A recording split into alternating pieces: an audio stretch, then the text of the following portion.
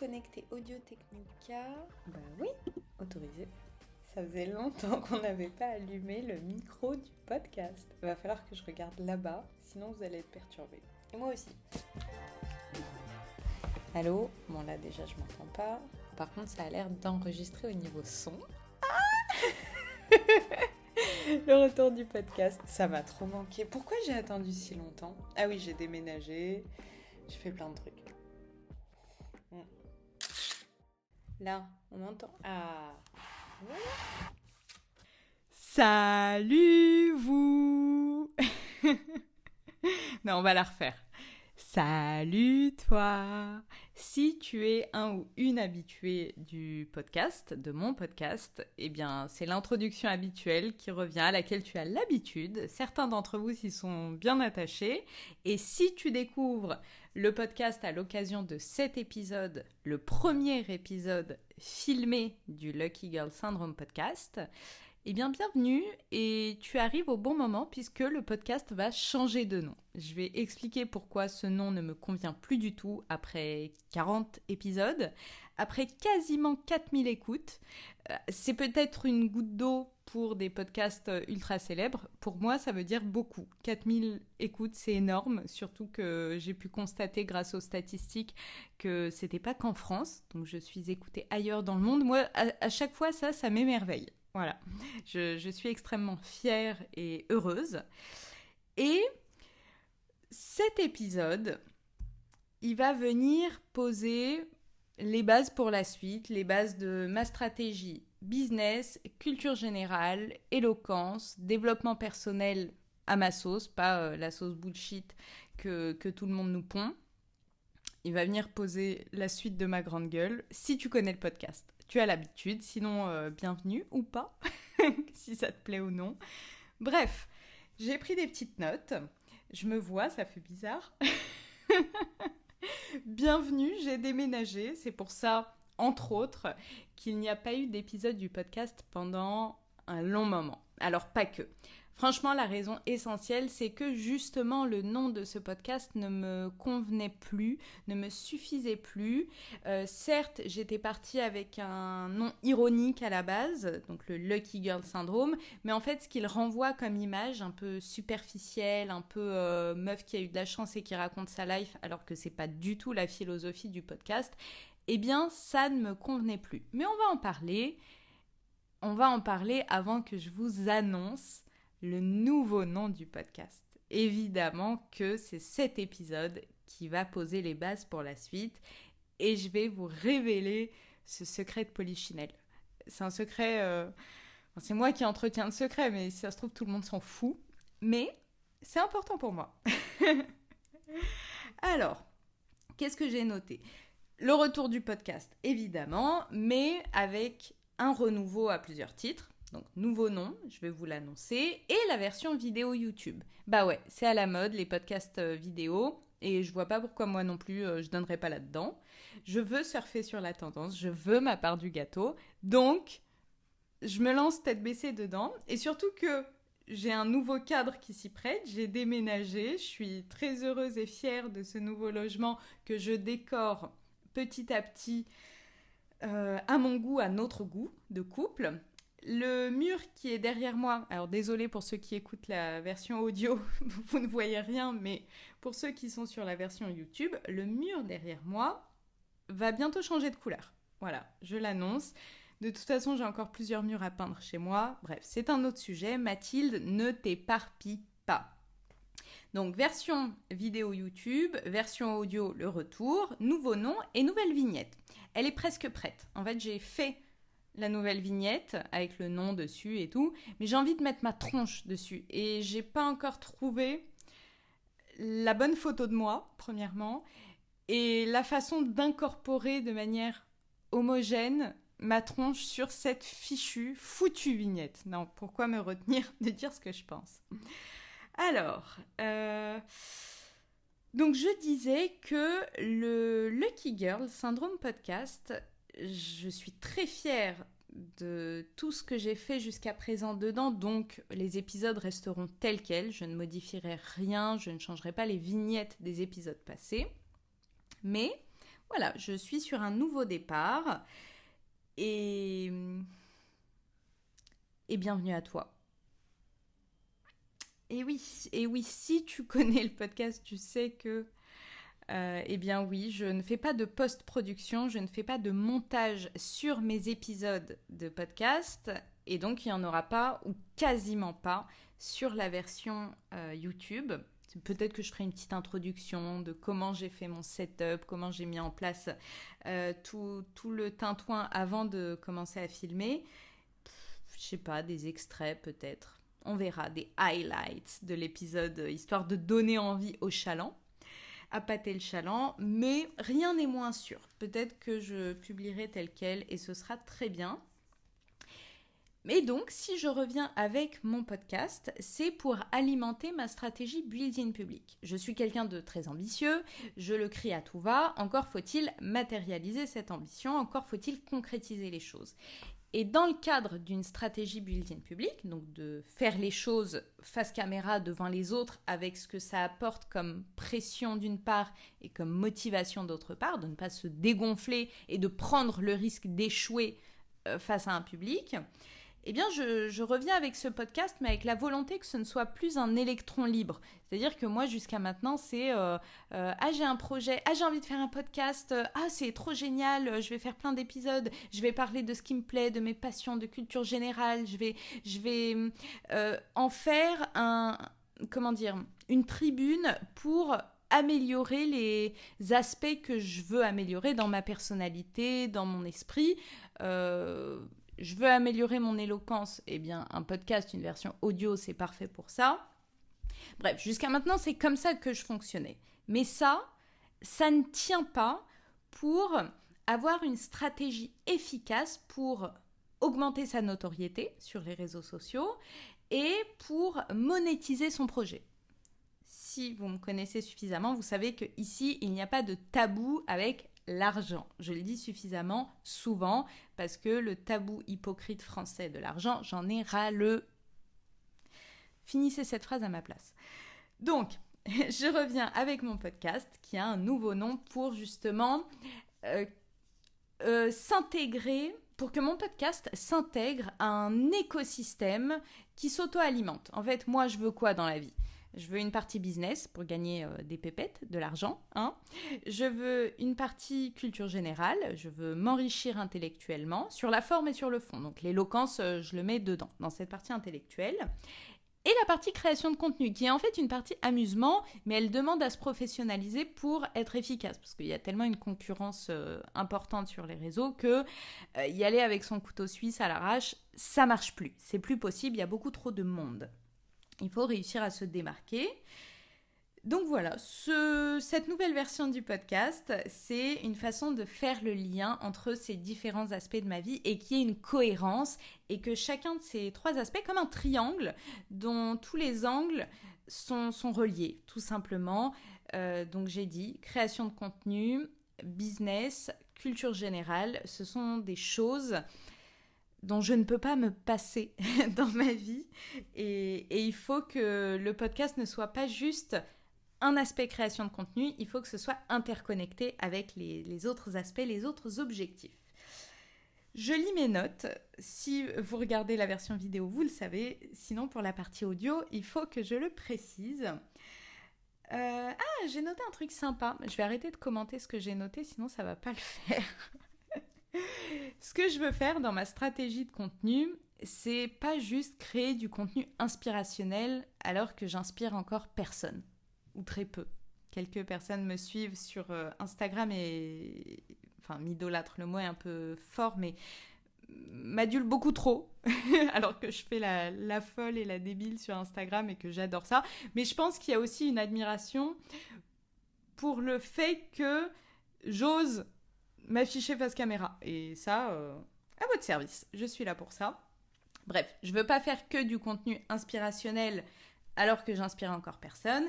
Je veux vraiment qu'il y ait cette prise de risque affichée face caméra de j'ai plein de projets, j'ai plein d'ambitions, et je veux que ça marche, je vais prouver que ça marche. Bon bah, il faut le prouver face caméra. C'est mon job, je suis là pour ça. Pour faire ça, j'ai besoin d'un nouveau nom de podcast parce que, si j'ai mis tant de mois à réenregistrer un podcast, c'est parce que je faisais un blocage sur ce nom. Je le faisais déjà un petit peu au début, mais je me suis un peu confortée dans l'idée que le Lucky Girl Syndrome podcast, bon, c'est suffisamment ironique pour refléter ma personnalité, c'est-à-dire que Lucky Girl, moi je ne crois pas dans la chance, je n'y ai jamais cru. Si peut-être quand j'étais jeune, j'ai cru en la méritocratie française et qu'en étant très très travailleur, les opportunités allaient tomber, non, j'y crois plus. Donc il faut y aller avec beaucoup plus de rage au ventre.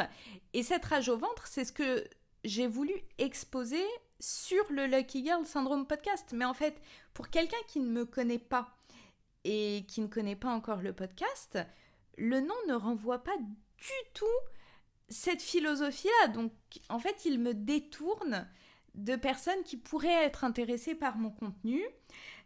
Et en fait, ce blocage que j'ai fait pendant des mois pour trouver un nouveau nom, pour réenregistrer des épisodes, c'est un blocage qu'on est beaucoup à expérimenter quand on a un projet et qu'on veut poser des bases extrêmement solides, gravées dans le marbre, et on se dit tant que j'ai pas trouvé ça, tant que j'ai pas répondu à cette question, tant que j'ai pas la stratégie parfaite, tant que j'ai pas l'idée lumineuse qui va me permettre d'être riche et célèbre, je sais pas, bref, ça s'applique à plein de domaines, eh bien, je ne vais pas à l'étape suivante. Et ça, c'est une erreur. C'est une erreur, mais cette peur de faire une erreur en début de projet, on est beaucoup à la partager, que ce soit dans un projet entrepreneurial ou un podcast, voilà. Alors que l'erreur, elle est dans quoi ? Elle est dans cette façon de penser. Je m'explique. En fait, en début de projet, ce qu'il faut viser, c'est d'essayer de maximiser les risques de faire des erreurs. Pas forcément maximiser les erreurs. Il ne s'agit pas, pardon, mes bafouillages, c'est cadeau. Comme d'habitude, ça ne change pas. Il faut pas aller chercher l'erreur pour l'erreur et dire je suis content, il y avait une erreur, c'est bien. Non, c'est pas ça. Je me dis qu'il y a la version vidéo. Pardon, j'avais oublié. Bon, allez, on assume. Donc, l'idée, c'est de prendre le plus de décisions qui nous fassent avoir le cœur serré au point qu'il y ait une incertitude sur le résultat positif ou pas. Est-ce que je peux l'expliquer plus clairement ? En fait, il faut maximiser, en début de projet, les situations dans lesquelles il y a potentiellement une erreur. Mais en fait, ça implique qu'il y a de la prise de décision, donc qu'on avance. Rien n'est gravé dans le marbre. Et le fait d'accumuler les prises de décision en début de projet, ça fait qu'on augmente la quantité de données qu'on a pour répondre à une question. Et que ce soit dans le domaine business ou dans le domaine scientifique, avoir une grande quantité de données, ça maximise nos chances de toucher du doigt la vérité. Ça, comment dire ? Ça caractérise le fait qu'on est dans l'ère de la data. Je n'invente rien, je n'apprends rien à personne. L'époque de la big data ou du big data, le Wi-Fi ou la Wi-Fi. Bref, je vous laisse avec ces guéguerres. Pain au chocolat ou pain au chocolatine ? Non, je suis à côté de la plaque là, je la refais. Pain au chocolat ou chocolatine ? Bref, je me suis chiée sur la prononciation, tant pis. Bon, donc ce que je n'aurais pas dû faire, c'est d'attendre tout ce temps pour réenregistrer un épisode de podcast, mais je suis contente parce que j'ai trouvé un nouveau nom de podcast qui colle tellement parfaitement à ce que je veux faire, à ce qui arrive et à ce qui va me permettre d'interconnecter tous les aspects de ma vie et toutes mes passions que je peux potentiellement monétiser, dont je peux potentiellement faire ma source de revenus, en fait, dont je peux faire mon travail. C'est l'objectif. Mais avant de vous annoncer, je vais vous faire mariner, je vous le dis. Dans cet épisode, comment je vais vous faire mariner Là, il y a ceux qui vont dire non, non, c'est qui cette meuf Je la connais pas suffisamment, elle m'intéresse pas suffisamment pour que je la laisse me faire mariner tant de temps, donc ils vont sortir de la vidéo. Eh bien, vous vous trompez, vous vous mettez le doigt dans l'œil parce que le plus intéressant arrive. Abonnez-vous au podcast. Apple Podcast, Deezer, Spotify, Amazon Music. Abonnez-vous à mon compte Instagram, Mathilde Builds Luck. Abonnez-vous à ma chaîne YouTube, Mathilde Builds Luck, toujours pareil. Et bref, abonnez-vous partout. J'ai des comptes TikTok, j'ai plein de trucs. Bref, le but, ça va être d'arrêter de s'éparpiller et de créer une cohérence, un écosystème qui s'auto-entretient. Mais pour vous faire mariner, je vais d'abord vous dire ce qui me plaisait dans le nom Lucky Girl Syndrome Podcast. Parce que il y avait quand même, si je l'ai choisi, c'est qu'il y avait des aspects qui représentaient ma personnalité et la philosophie que je voulais mettre dans ce podcast. Je dis beaucoup trop le mot podcast, mais va falloir faire avec. J'aimais bien le côté catchy, rentre dedans. Ça représente ma grande gueule, que j'évoque si souvent.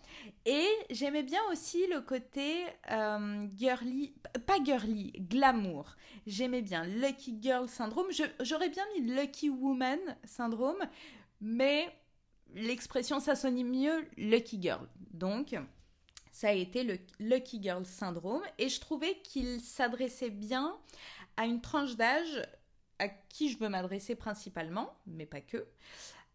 C'est-à-dire les millennials, ma génération, les années 90, et ceux un petit peu avant et ceux un petit peu après, la Gen Z. Mais Lucky Girl Syndrome Podcast, c'était aussi beaucoup trop superficiel par rapport au contenu que j'ai mis dedans et par rapport à la valeur ajoutée de chacun des épisodes, et notamment la valeur ajoutée culture générale. Un autre aspect de ce nom de podcast qui me posait problème, mais j'en avais déjà parlé dans certains épisodes, c'était que je le trouvais beaucoup trop discriminant à l'égard de la jante masculine. Donc, je me dis, un mec qui me connaît pas, qui connaît pas ma façon de parler, qui voit passer la vignette Lucky Girl Syndrome Podcast, eh bien, spontanément, il ne clique pas dessus. En plus, ma vignette, c'est un talon aiguille, ce sont mes escarpins, ce sont mes pieds, sachez-le.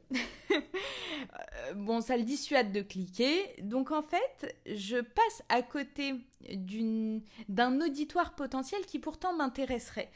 Voilà, moi, m'adresser qu'à des femmes, ça colle pas à ma vision du féminisme.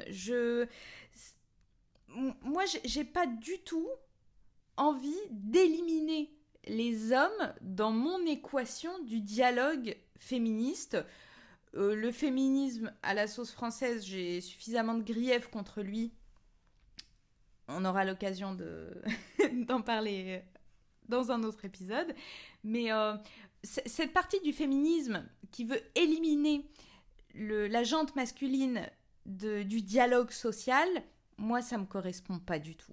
Je me reconnais pas là-dedans. Et donc, le Lucky Girl Syndrome podcast, je sais que certains hommes écoutaient mon podcast et les retours que j'en ai eus, c'était très positif. Mais par ce nom, je suis persuadée que je suis passée à côté d'un auditoire masculin. Donc, nécessité de changer de nom à cause de ça en partie. Puisque oui, voilà, cette vision du féminisme de je suis une meuf et je m'adresse qu'à des meufs, trop peu pour moi. Mais ça m'empêchait pas, puisque j'ai choisi ce nom, ça m'empêchait pas d'aimer, d'apprécier le clin d'œil féministe, c'est-à-dire Lucky Girl Syndrome, le côté ambition féminine assumée, le côté entre meufs aussi. C'est paradoxal, hein. J'ai l'impression de me contredire avec ce que je disais juste avant. Non, je ne me contredis pas. Je n'ai pas l'intention de parler qu'à des meufs, mais il y a quand même un certain plaisir à parler entre meufs, à blablater entre meufs parfois. Donc, ce côté-là, sympathique dans le podcast, dans le nom du podcast, j'aimais bien. Il y avait un côté un peu pop culture, voilà. Mais le Lucky Girl Syndrome podcast affichait pour moi un manque de profondeur intellectuelle criant qui faisait que j'étais pas du tout convaincue. Donc voilà, ça traduisait pas l'état d'esprit, la philosophie, l'intérêt intellectuel et ma grande gueule. Par contre, bon, ça me desservait, mais j'aimais bien l'idée que je vous attire, je vous appâte un petit peu avec quelque chose qui semble léger et en fait derrière je vous envoie du lourd, je vous envoie du vrai contenu, je vous fais la promesse que chaque épisode vous apporte quelque chose véritablement. Et donc, en fait, c'est comme ça que je m'étais confortée dans l'idée que ce nom de podcast me convenait. Je me disais, ouais, c'est ironique, c'est sympa, ça me représente. Oui, mais en fait, les gens qui ne te connaissent pas, Mathilde, l'ironie, ils ne l'aperçoivent pas. Ils voient juste Lucky Girl Syndrome podcast et ils se disent, mais pour qui elle se prend, celle-là ? Comment ça, le Lucky Girl Syndrome ? Mais ça va pas ? Comment ça ? Elle va nous étaler sa chance. C'est ça, elle va nous raconter sa life. Elle va nous étaler sa chance. Et donc, en fait, le côté superficiel de ce nom ne me convenait pas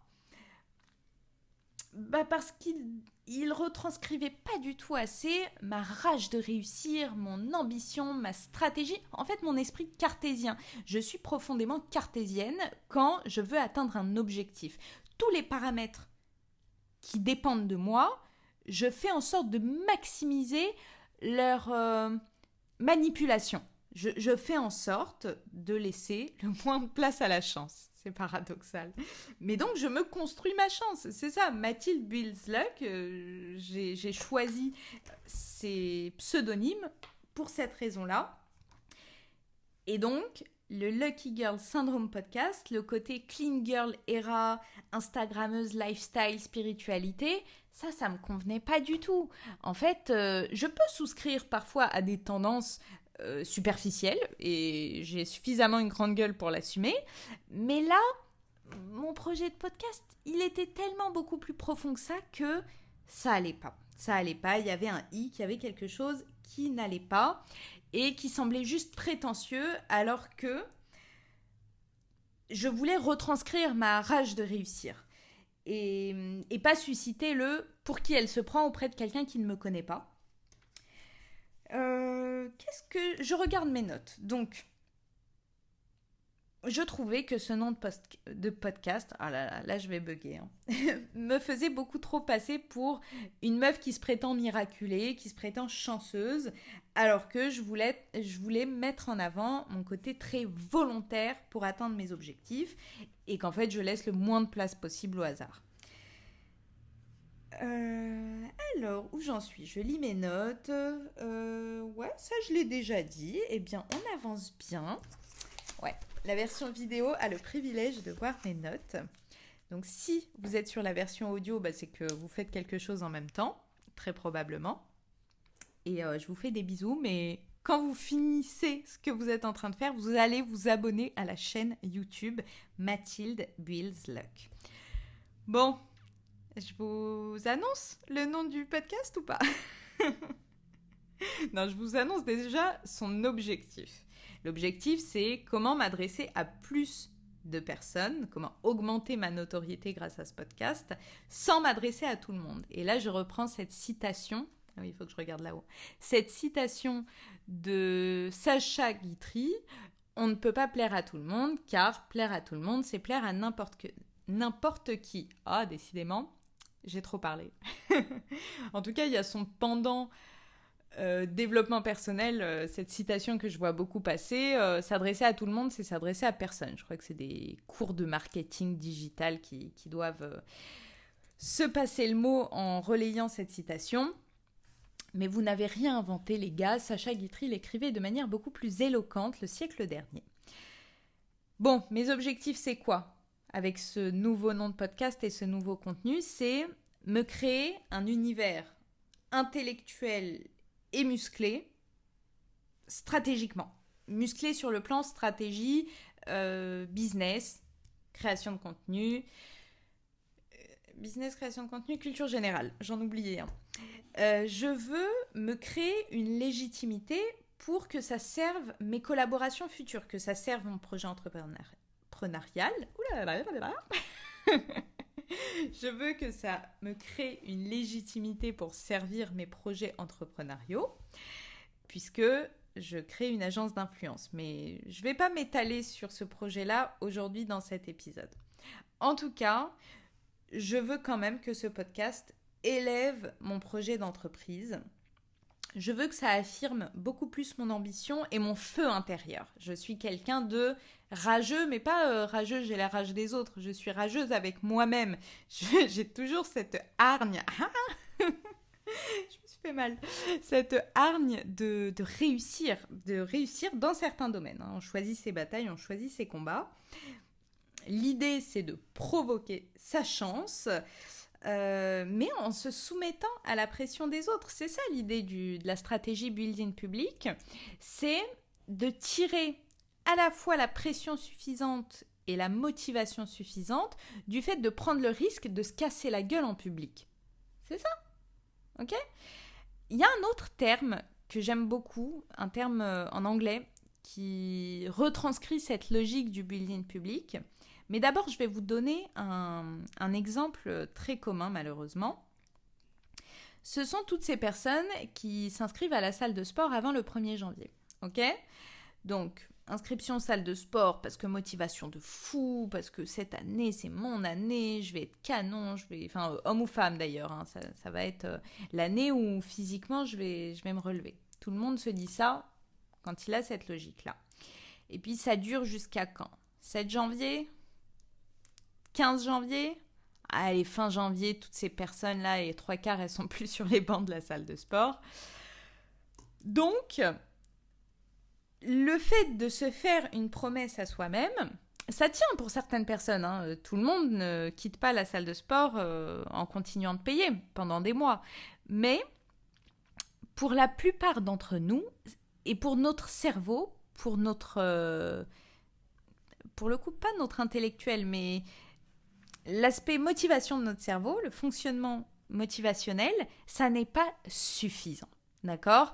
Parce que entre nous et nous-mêmes, eh bien, on peut se faire d'autres promesses, on peut se convaincre, on peut se mentir à soi-même. Combien de personnes se mentent à elles-mêmes ? Et je vous avoue, quand parfois j'ai des conversations avec des gens dans des milieux différents, et tout âge confondu, hein, mais tous âges confondus au pluriel. Mais quand même, plus le temps avance et plus ces mensonges à soi-même sont intenses. Mais en fait, parfois, voilà, j'écoute certaines personnes et elles me parlent de leur motivation, de leurs projets, de leurs ambitions ou de leur vision du monde et de la vie. Et moi, je fais oui, ouais, ah ouais, ok, ah ouais. Et moi je suis hyper encourageante, hein, j'encourage à fond. Mais je vous avoue qu'il y a bien des fois où je me dis, ouais, mais là, c'est quand même un truc où tu te mens à toi-même et tu te berces d'illusions. Tu essayes de te réconforter, mais en fait, pour continuer à vivre, avec ces échecs, on a besoin de se réconforter. Et en fait, les plus gros échecs, ce ne sont pas les trucs où on s'est ramassé la gueule, où on s'est pris les pieds dans le tapis. Ce sont ce qu'on n'a pas fait. Voilà. Et tellement de personnes ne font pas le deuil de leurs ambitions non réalisées, mais elles se mentent à elles-mêmes pour n'avoir pas fait des choses. Voilà. Bref, période sombre de la vidéo et de l'épisode du podcast, j'en suis désolée. C'était pas le but. Le but, c'était plutôt de vous donner un terme en anglais qui parle de comment ne pas tomber dans ce piège de se mentir à soi-même et de ne pas réaliser ses objectifs en se détournant de l'objectif visé, que ce soit aller à la salle de sport plusieurs fois par semaine ou par mois ou lancer un projet entrepreneurial. Le terme, c'est celui d'accountability. Si on le traduit littéralement, c'est l'idée de responsabilité. Mais en fait, sa traduction ne traduit pas du tout l'ensemble de l'acception du terme. Ça ne retranscrit pas tout le sens du mot. Je m'explique. L'accountability, c'est l'idée de prendre une décision et d'en assumer la responsabilité face aux autres. Donc, de s'alimenter du fait d'avoir annoncé qu'on veut faire un truc auprès des autres et que ça nous mette une pression suffisante et une motivation suffisante pour qu'on continue à faire les choses. Et en fait, pour moi, c'est ça le building public. C'est se dire, encore une fois, je prends le risque de me ramasser la gueule, de me prendre les pieds dans le tapis face à une foule innombrable. Plus elle sera grande, mieux ce sera, hein. Venez, abonnez-vous, tout ça, parce que si on est 150-200, ça va pas suffire. Quoique, si, je prends mes responsabilités devant mes premiers abonnés. Voilà, vous avez ce privilège-là. Et j'ai cet honneur-là que vous me suiviez dès le début. Je lis mes notes maintenant. Qu'est-ce que je voulais dire d'autre ?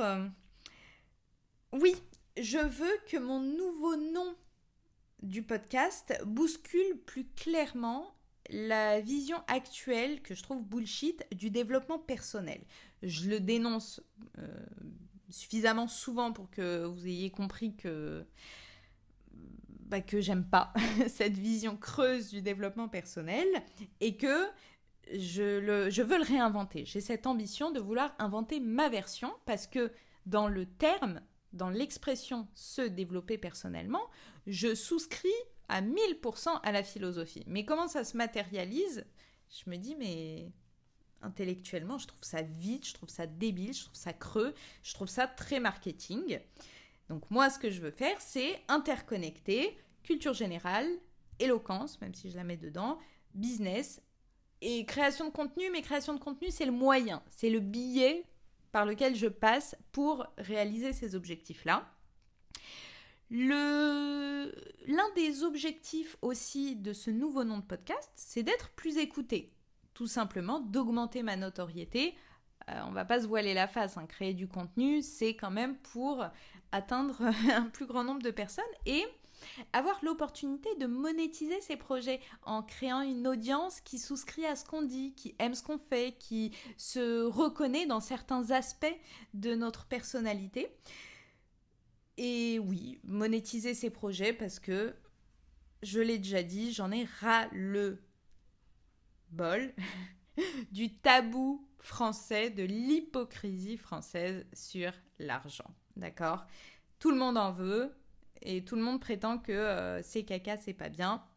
Ça, moi, je n'y souscris pas du tout et je me sens suffisamment courageuse pour porter haut et fort la voix de l'ambition de faire de l'argent. Oui, je préfère faire de l'argent que gagner de l'argent. Je préfère making money. Je ne souscris pas tout le temps aux anglicismes.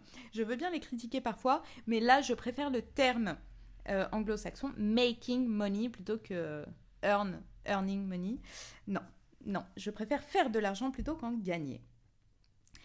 Quel est l'objectif du podcast à venir ?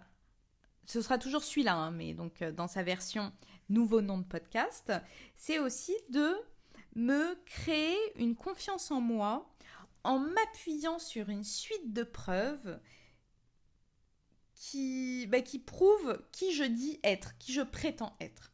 Et en disant ça, en fait, je m'appuie sur une citation de Alex Hormozy. C'est un businessman américain, un entrepreneur, un créateur de contenu, que je ne suis pas directement, je ne consomme pas encore suffisamment son contenu, mais via des créateurs de contenu français, et en fait, j'entends beaucoup parler de lui, et c'est vrai qu'il a des citations très, très impactantes.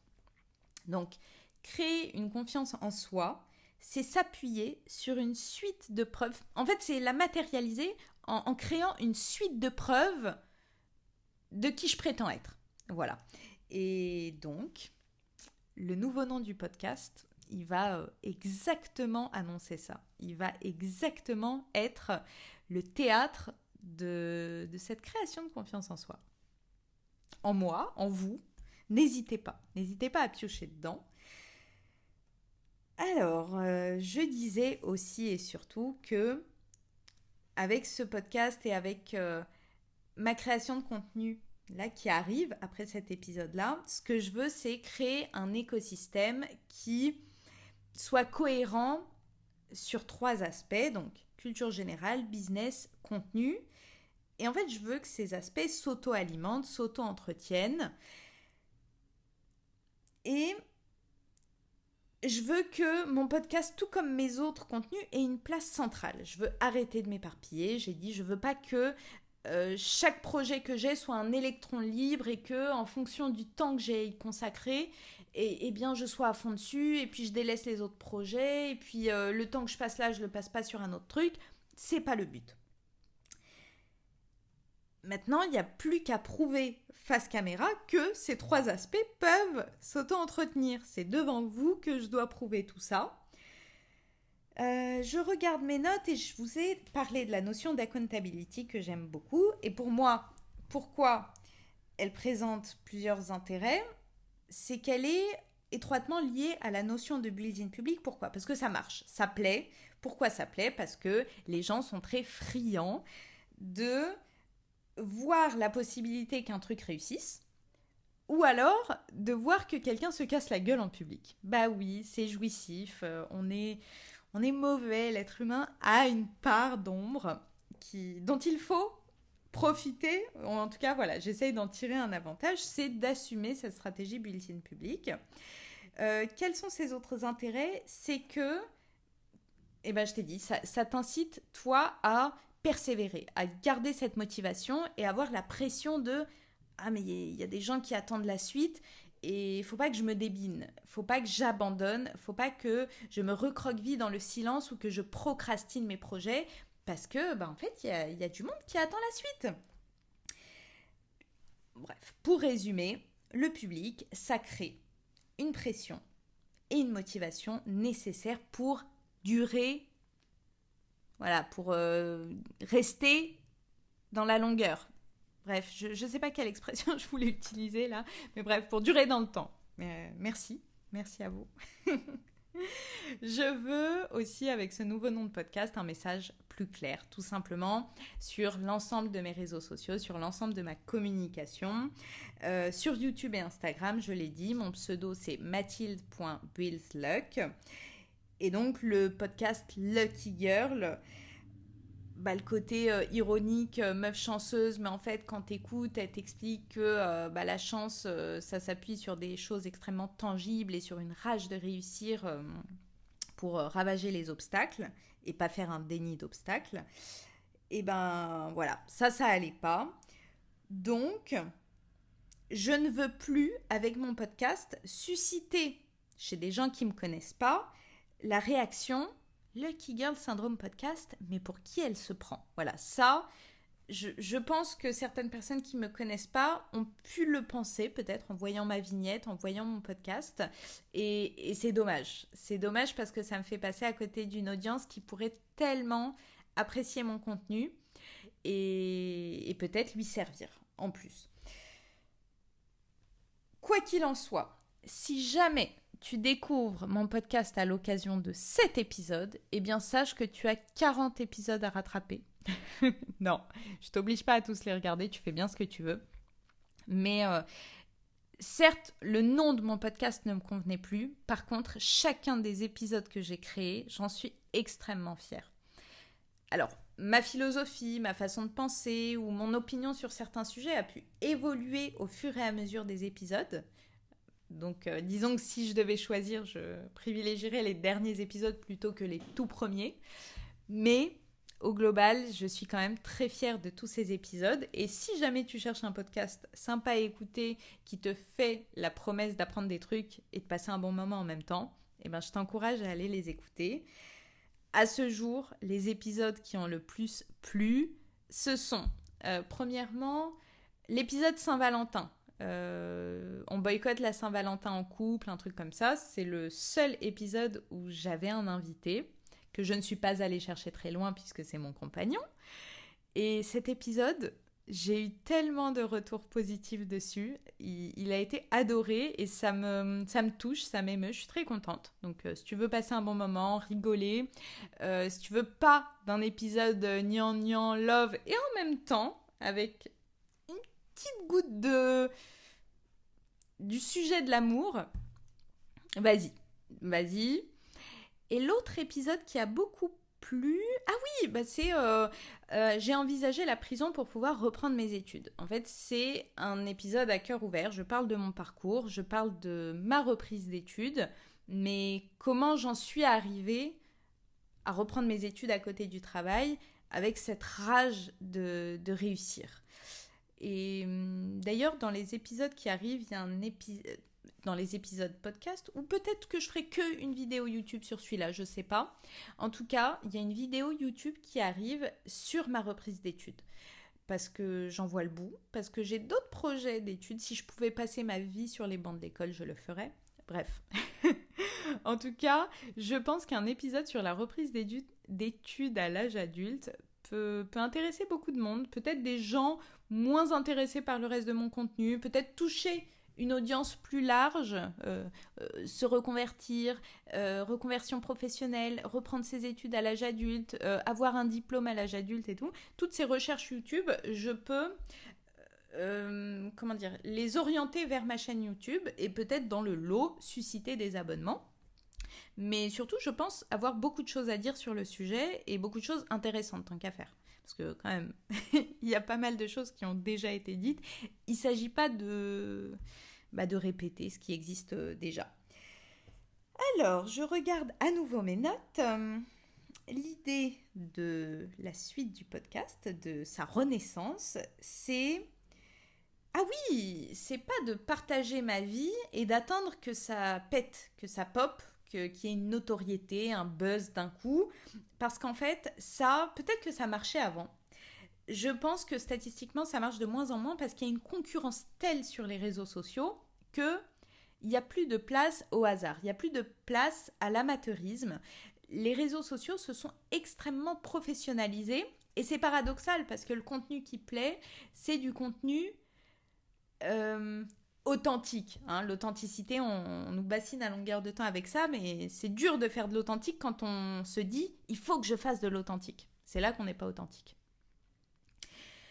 Et donc, je veux, par ma stratégie built-in public, par le fait d'afficher le processus de mes projets avec mes doutes, mes difficultés, mes échecs et mes réussites, en fait, en partageant le développement de mon projet entrepreneurial, de ma création de contenu, en partageant toutes ces coulisses, je pense pouvoir apporter cette part d'authenticité. Par contre, là où je dois absolument m'améliorer pour justement sortir du lot et affronter cette concurrence sur les réseaux sociaux, c'est que je dois créer en masse. Je dois créer beaucoup plus, je dois créer beaucoup plus de contenu. Je suis vachement contente de mon décor maintenant que j'ai déménagé, donc voilà, j'ai le cadre pour ça, je n'ai plus d'excuses. J'ai le matos nécessaire aussi, mon micro, de quoi filmer. Là, je filme à l'iPhone, parce que j'ai plusieurs caméras, mais elles me posent toutes des problèmes différents. Il faudra que je m'en occupe. Bref, c'est un autre sujet. Donc, créer du contenu, des vidéos YouTube, mes épisodes de podcast, des shorts, faire connaître tout ce que je crée et que je veux professionnaliser. Il suffit de faire, quoi. Il suffit d'arrêter de dire qu'on fait, il suffit de faire. Bon, je vous révèle le nom du podcast ? J'y viens ou pas encore ? Je vous fais mariner encore. Je viens de tourner la page de mes notes, là. Comme j'ai dit, je veux que ce nouveau nom fasse le lien entre tous mes projets. Et je veux qu'il retranscrive la philosophie qui est la mienne et que je veux être au sein de ce projet, cet écosystème. C'est avec cette philosophie... Oui, je vous fais encore mariner. C'est avec cette philosophie que j'ai repris mes études à côté du travail, à côté d'un job conventionnel, des horaires de bureau, quoi. C'est par cette philosophie que j'ai visé l'excellence. Si vous trouvez ça prétentieux, c'est que déjà, je ne comprends pas comment vous êtes arrivé à ce moment-là du podcast ou de la vidéo, parce que sinon, ça veut dire que ma philosophie, vous n'y avez rien compris. Donc, je vise l'excellence, ça n'a rien de prétentieux, c'est que j'assume cette ambition-là et que ça me caractérise fondamentalement. J'arrive pas à faire un peu moyen, j'arrive pas à me contenter du moyen. Fear the average, et avoir peur d'être moyen. J'ai jamais compris, par exemple, à l'école, comment certaines personnes pouvaient se satisfaire de « Oh, j'ai eu la moyenne, j'ai eu 10 sur 20 ».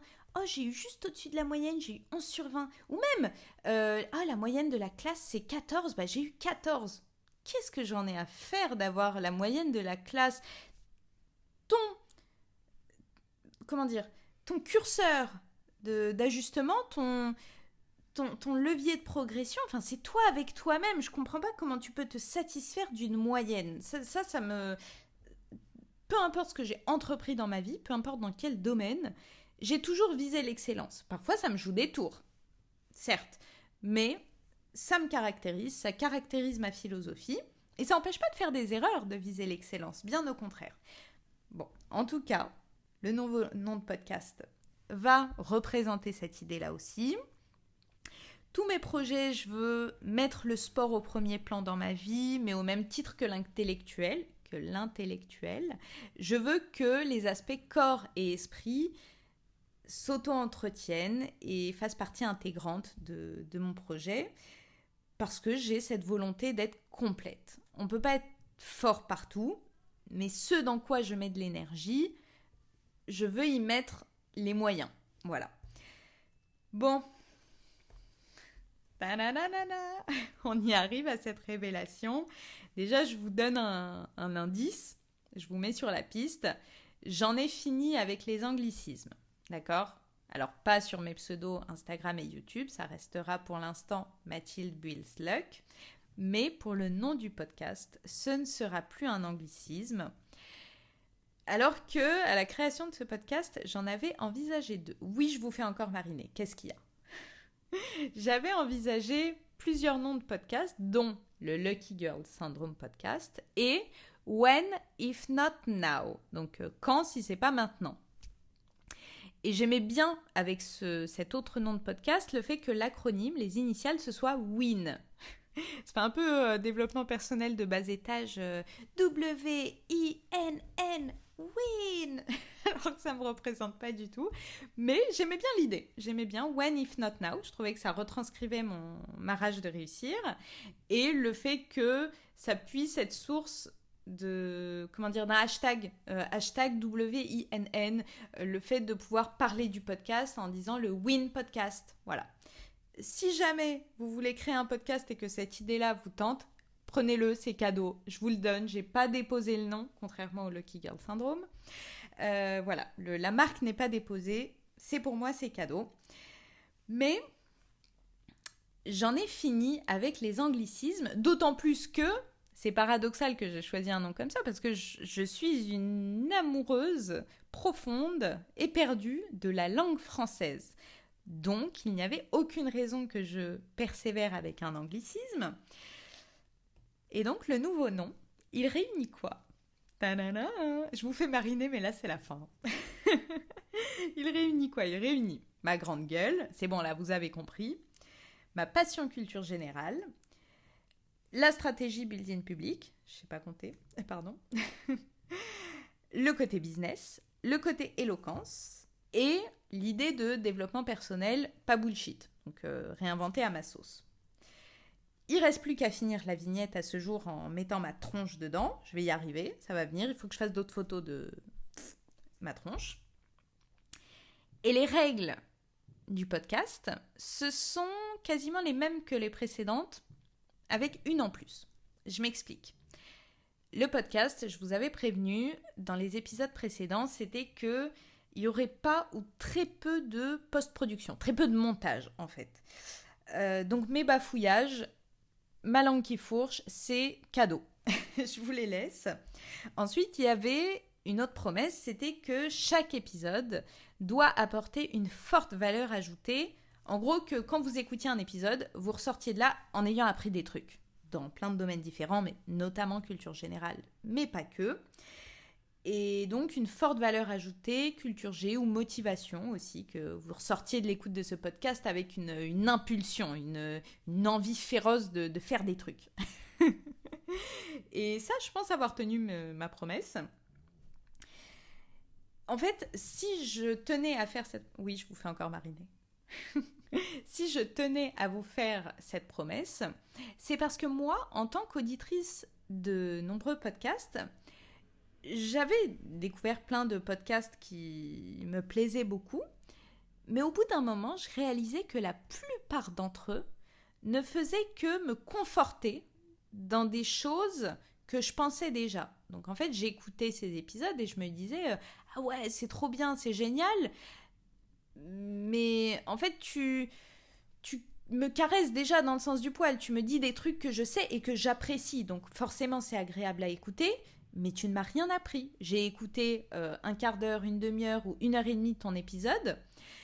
Et j'ai pas appris grand-chose. Voilà. Et ça, en tant qu'auditrice de podcast, ça me frustrait énormément.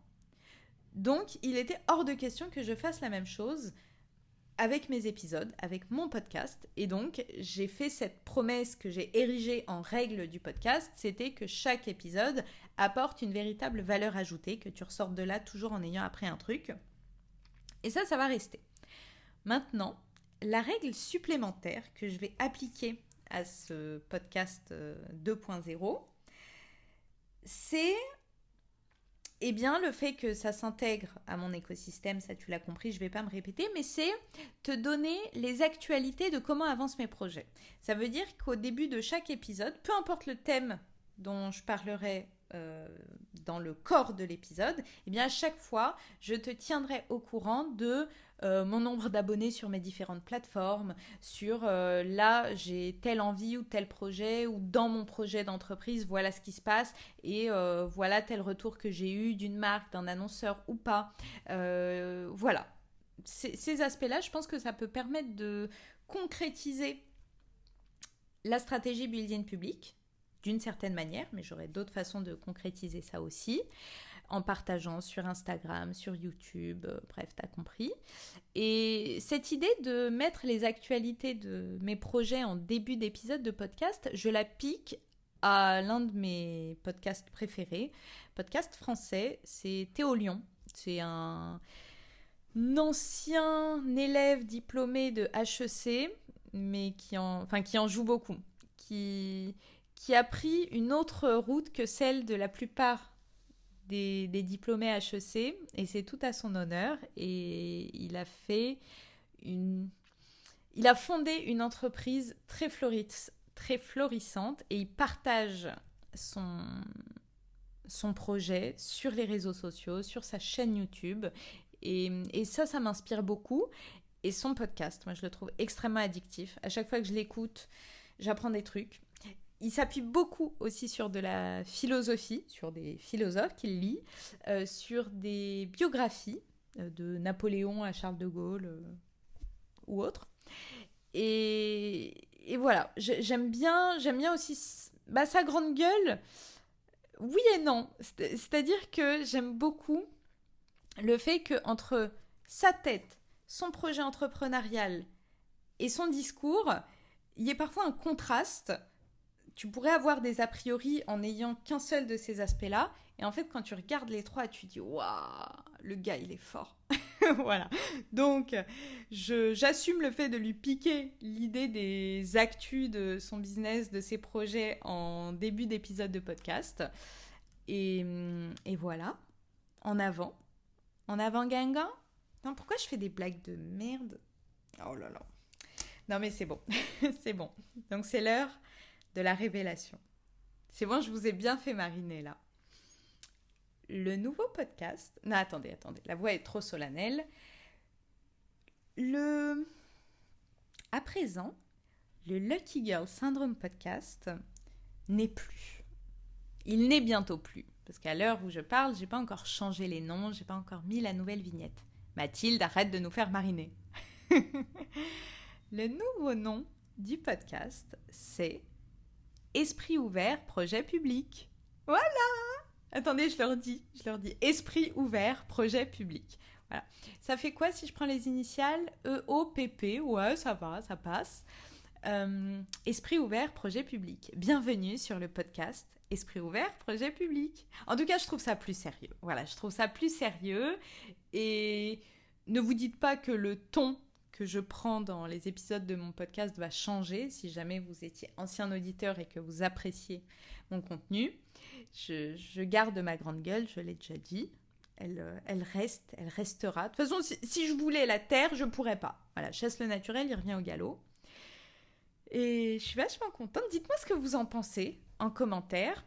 Les auditeurs du podcast, donc la partie audio seulement, allez mettre un commentaire dans vos applis différentes, là, Apple Podcast, Deezer, Spotify, tout ça. Mettez 5 étoiles, si ça vous a plu, évidemment. J'essaye de m'habituer à dire ces phrases-là de créateur de contenu. Mais sérieusement, si ce que je fais vous plaît, ça ne vous coûte pas grand-chose d'aller mettre une réaction. Franchement, même si vos commentaires sont négatifs, moi j'y tiens. Mettez-les. Voilà, si vous faites partie des haters, si vous faites partie de mes futurs haters, bienvenue. Vous me prouvez que je suis sur la voie du succès. Bienvenue à vous. Abonnez-vous peut-être. Bon, déjà si vous regardez mon contenu, c'est pas mal. Allez critiquer, mettre des commentaires et tout, ça augmente le référencement, c'est pas mal aussi. Faites péter la YouTube monnaie, voilà, grâce aux haters. Non, mais on va pas finir sur une note négative. Par contre, je prépare une vidéo là très prochainement sur ce que je pense des haters, parce que c'est un truc qui me fascine, mais vraiment sur le plan sociologique. Je trouve ça hallucinant. Alors, à la fois, je trouve ça triste. Donc, il faudrait pas trop les flageller non plus. Il faut les ménager, ces petits haters qui ont le syndrome de la tourette, là, insulter, critiquer à tout va. Mais je suis fascinée par le fait qu'on puisse consommer autant de contenu qu'on n'aime pas. Et ensuite, aller consommer de son temps de vie pour aller dire à quel point on n'aime pas. Et je sais pas. En fait, je me dis, la personne, quand elle déconnecte, une fois qu'elle a posté son commentaire ignoble, tu sais, après, quand elle regarde derrière elle, sa vie, elle doit être moche, mais moche. J'avoue, je comprends pas. Mais je vais essayer quand même de documenter davantage le phénomène haters, peut-être d'un point de vue sociologique. J'aimerais beaucoup faire ça. Mais si j'ai cette inspiration pour une prochaine vidéo YouTube, c'est parce que, comment dire ? Eh bien, dans le cadre de mon projet entrepreneurial, qui est une agence d'influence dédiée à la culture et au sport, j'ai ma première créatrice de contenu, Laura in Paris. Peut-être que si tu me suis, c'est par elle, grâce à elle. Peut-être que c'est comme ça que tu m'as connue. Eh bien, je suis confrontée à tous ces haters. Et j'ai cette volonté d'être à ses côtés, de la soutenir, de la rassurer, de la réconforter quand elle reçoit des trucs abjects. Mais c'est dur, on se sent impuissant d'une part. Et d'autre part, ça donne des envies de... je ne vais pas utiliser des termes qui vont me bannir de YouTube. Ça donne des envies violentes. Ouais. Et en fait, si c'est dirigé contre moi, franchement, moi, il y a un truc un peu ironique de... Enfin, je sais pas si ironique est le terme, mais il y a un truc de malin plaisir. Venez, je vous attends. J'ai envie de faire de vous qu'une seule bouchée. Mais en fait, quand ça touche quelqu'un d'autre qu'on apprécie et qu'on veut aider, on a envie de pouvoir faire quelque chose et se sentir inutile, c'est tellement frustrant. C'est extrêmement dur. Tu peux pas dire oui, bah porte plainte. Quel est l'intérêt ? Quelle est l'utilité ? Et tu peux pas dire bah non, arrête de créer du contenu, parce que non, la logique, c'est justement de ne pas leur donner raison, de ne pas te taire parce que des personnes ont dit que tu devais te taire, parce que pour X ou Y raison complètement illégitime, complètement absurde, ce que tu as fait ne leur plaît pas. Et Bref, donc ouais, une vidéo sur les haters, et j'ai déjà une idée de titre putaclic. Je prends un malin plaisir à le faire. Donc, il s'agit de mettre quelques points sur les i. Il s'agit de balancer quelques claques, mais de manière extrêmement argumentée, extrêmement sensée dans la mesure du possible. Je ne dis pas que je suis toujours sensée, mais très structurée. Ouais. Et il s'agit aussi et surtout de s'adresser aux haters. Ça veut dire que pour les attirer... pour attirer un âne, il faut une carotte. Et je crois que mon titre, il va être suffisamment carotte. On verra. Vous me direz ce que vous en pensez. Sur ce, j'ai hâte de vous retrouver pour le prochain épisode du podcast Esprit ouvert, projet public. Waouh! Je suis trop fière, trop heureuse. Dites-moi ce que vous en pensez. N'hésitez pas à aller noter le podcast, à mettre un petit j'aime sous la vidéo YouTube, à commenter, dire ce que vous en avez pensé, me dire aussi vos sources de désaccord ou d'accord. Et j'ai hâte de vous retrouver. Ciao!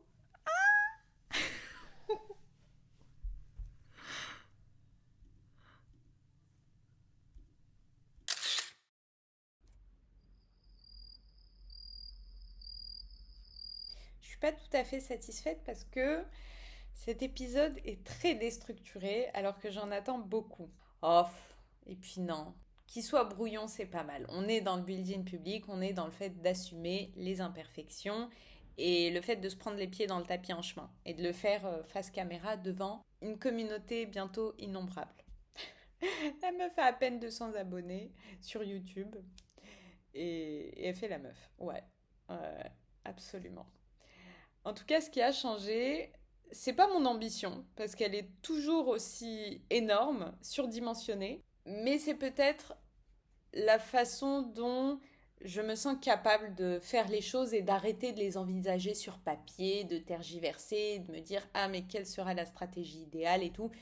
Il faut faire, il faut actionner la caméra, il faut actionner le micro et il faut lancer ses projets et c'est comme ça qu'on provoque sa chance puisqu'on parle pendant les dernières heures, les dernières minutes du Lucky Girl Syndrome podcast.